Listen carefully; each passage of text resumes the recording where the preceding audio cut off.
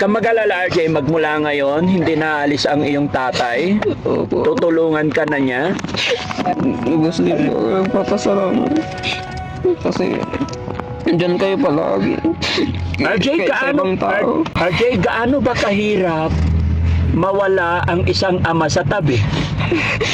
Mahirap po. Kaya sa mga ibang magulang dyan, alagaan nyo po yung mga anak nyo. Huwag nyo pabayaan. Kasi kahit na may disiplina ang anak nyo, kung napabayaan nyo, wala din.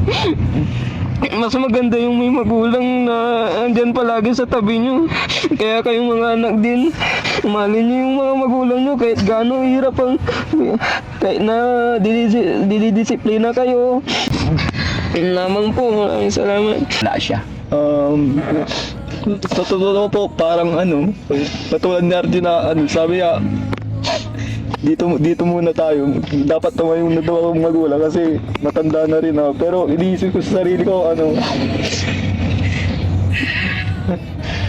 yung nga po, nahihiya pa akong gawin yung dapat gawin, ganun. Okay, at least unti-unti nagkakasama-sama na kayo, ano? Yung mga nangyayari sa inyo ay isipin nyo na lang na parang pagsubok lang. Sinusubok lang kayo ng Panginoon para mas maging matatag pa kayo, okay? Para maging mas matibay pa, no? RJ, nandito na ang iyong tatay na siya yung dahilan kung bakit ka halos bumigay noon. So, anong gusto mong sabihin kay tatay ngayon para hindi na kayo iwanan? Okay lang, sakit yung ulo ko. Na-speechless din ako eh. Pero, yun, wala akong masabi. Parang, yun nga, masaya ako na sobra. Kasi, andyan na sila, kasama ko. Parang, magtulong-tulong ulit, bumangon, para maging healthy ulit yung pamilya. Yes, Ganun po. very good. Huwag ka mag-alala, RJ. Opo. May awa ang Diyos. Opo. Gaya ng pagtitiwala mo sa ating Diyos Ama, hindi kanya bibiguin. Opo. Gaya ng sinabi ko rin sa iyong mga kapatid, gagawin ni Daddy Frankie and team ang lahat ng aking makakaya paano kami makatulong. Opo. Alam mo ba na may binigay na akong motor sa inyo doon sa bahay para panimula gamitin ng iyong tatay kasama kayong magkakapatid, gamitin sa panghanap buhay. Opo. Kaya excited ako at nananalangin ako na sana makauwi at maging maayos na ang inyong nanay. Alam ko magiging matatag at magiging masaya ang pamilyang ito pag nagsama-sama na kayo. Opo. Okay? Kaya gaya ng sinabi ko, tulong-tulong kayo. Pagpatuloy pa rin tayong kumapit sa ating Diyos Ama, manalangin. No? Opo. Kaya yan. No? Opo. Maraming salamat po. Tay, ano naman ang masasabi ni tatay? Naririnig ng iyong mga anak. Gusto ko magmula din sa iyo kung anong plano mo para mas lalong tumibay, mas lalong lumakas ang iyong mga anak. Marinig nila yung salita ng kanilang iniidolong tatay, which is ikaw po yun, tay.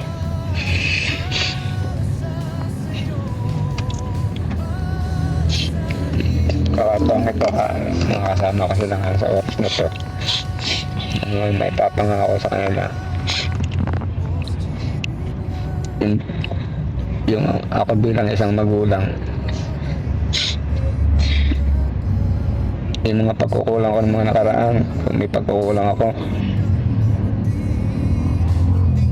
sa oras, simula sa oras dito magkakasama kami. Kung ano yung lahat na makabubuti, yun ang gagawin ko sa kanila. Very good. Yan tay ha, aasahan ko po yan. Bawasan yung oras kay mga kumpare. Mas ipukul natin sa mga anak. Ano po? Okay, very good. Tanong ko lang, RJ, pwede ba kayong pumasok lahat doon para makita yung nanay nila? O isa lang? Parang limited po kasi yun. Opo. Tsaka bawal din po makita yung mga nasa loob. Kumbaga private. Private. So isa lang talaga, ikaw lang. Opo, pwedeng pumasok kayo kasi visiting 11 to 2 p.m. Oo. Yun, pero bawal yung camera po. Oo. Hindi, kahit kayo Kaya sa na labas. lang. Opo. Kayong family, kami maghihintay na lang dito. Bibigyan ko kayo ng chance si tatay para makita niya yung asawa niya, mama niyo. Opo. hindi makita din kami. Okay? So, okay lang? Yung subukan kong ipaalam kung pwede sana ilabas si mama ko. Ay, hindi pa sila papayag. I'm sure yun. Hindi. Kayo po ang lalapit doon. At alam ko rin po yung rules and regulation, kaya nga nandito lang kami dahil ayoko magkaroon ng violation din. Dahil ang layunin lang ng Team Daddy Frankie is mai-assist kayo, di ba? Matulungan lang kayo.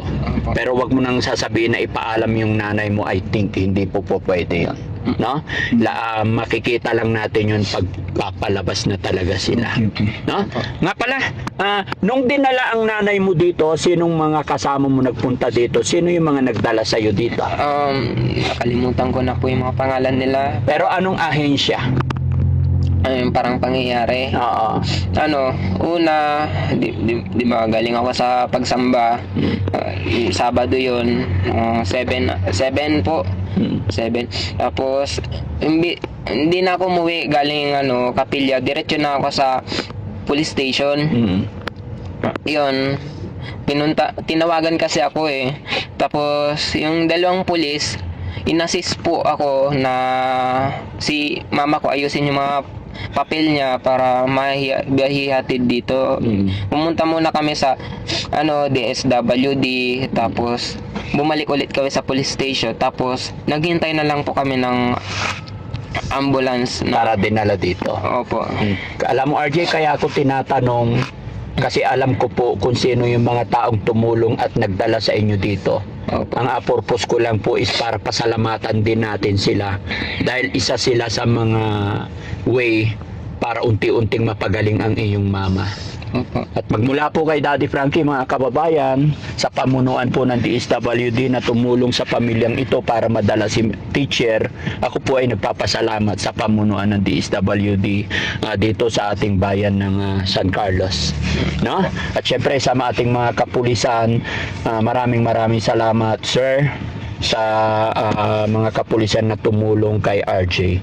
Ako po ay lubos na nagpapasalamat dahil unti-unting nagkakaroon ng pag-asa yung pamilyang ito na dati ayon kay RJ halos bumigay na rin ang kanyang mentality. Narinig ko po sa kanya yan kanina. Kaya talagang nadudurog ang puso ko. Pero ngayon alam ko sa tulong at gabay ng ating Panginoon at sa pagkakaisa natin lahat, alam ko walang imposible. No? So RJ, bigyan kita ng pagkakataon para pasalamatan din yung mga nag-attend sa inyo dito. Napakalaking bagay po yun. Opo. Sige po. Hello po sa inyo, lalong-lalo na po dyan na nagtatrabaho sa DSWD, mga social worker, yung mga lalo din dyan sa office sa police station. Nagpapasalamat po ako sa inyo dahil tinulungan nyo po ako, hindi nyo po ako pinabayaan. Hinatid nyo po kami dito ng ligtas para maipagamot si mama ko at gumaling po siya. Maraming salamat po. Yun lamang po. Saan police station yun? Doon po sa San Carlos. Yun. Yes po. Shoutout po sa mga police natin dyan sa police station ng San Carlos at shoutout din po kay Mayor. Maraming salamat po. So pupunta kayo doon, tatry nyo. Pero dito lang kami, maghihintay lang kami dito. Pwede po tayong dumiretso po dyan kasi medyo malayo. May parking ba doon? Opo, nagpaalam din po ako sa guard.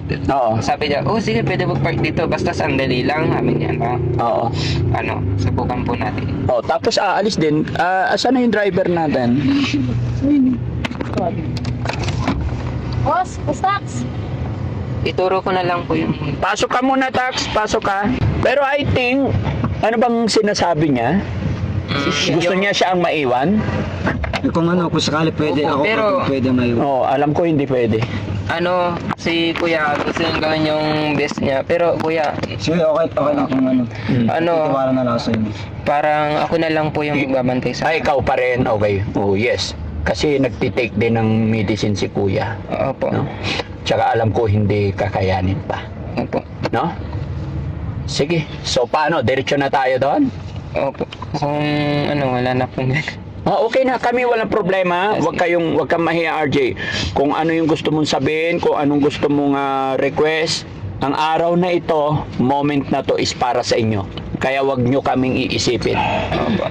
Okay? Opo. Tay, hindi makapagsalita si tatay. Anong gusto mangyari ni tatay? Yung kasiyahan ko, ay yung ano ko lang sa nararamdaman ko. Ngayon ko lang nararamdaman yung pagmamahal na binigay sa akin ng mga anak ko. Sobra-sobra po. Mm-mm. Napakaswerte mo, tay. Napakabait ng iyong mga anak.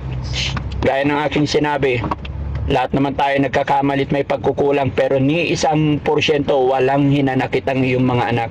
But cause sila pa rin yung humingi ng dispensa siya sa'yo.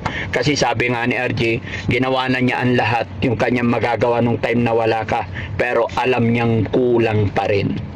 Dahil nangyari sa kanyang nanay, sa kanyang mga kapatid. Pero gaya na aking sinabi, kasama sa buhay yung mga ganitong bagay, no? Okay, sige guys, abante tayo, ituro mo yung daan. Opo. Sige. Buti naging kabisado mo na rin dito.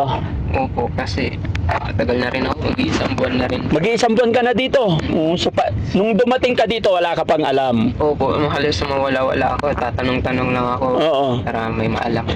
Lakad-lakad lang. Oo po, pero di din basta-basta right turn po. Ano po yan? Galing ka na yata din dito yata mo, Jay. Dito, pasok tayo rito. Opo.